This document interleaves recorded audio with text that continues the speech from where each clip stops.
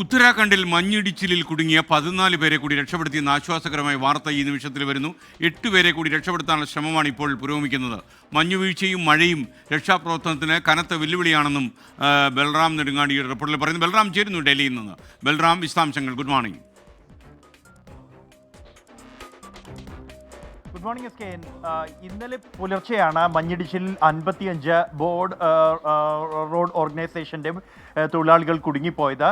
ഇതിൽ 33 പേരെ ആദ്യ ദിവസം തന്നെ രക്ഷപ്പെടുത്തിയിരുന്നു. ബാക്കിയുള്ള 22 പേരിൽ 14 പേരെ കൂടി രക്ഷപ്പെടുത്തിയതായാണ് സൈന്യവും ITBPയും കൂടാതെ ദേശീയ സംസ്ഥാന ദുരന്ത നിവാരണ സേനകളും അറിയിച്ചിരിക്കുന്നത്.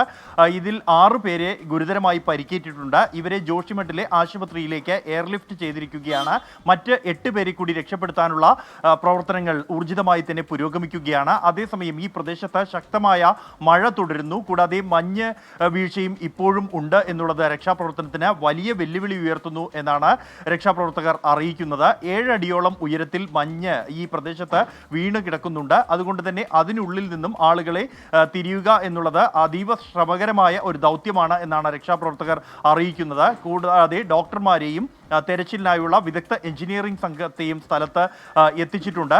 കൂടുതൽ ഹെലികോപ്റ്ററുകൾ ഈ പ്രദേശത്ത് ഓപ്പറേറ്റ് ചെയ്യാൻ ആവശ്യമായ അപേക്ഷയും സമർപ്പിച്ചതായാണ് സംസ്ഥാന ദുരന്ത നിവാരണ വിഭാഗം അറിയിക്കുന്നത്. S K.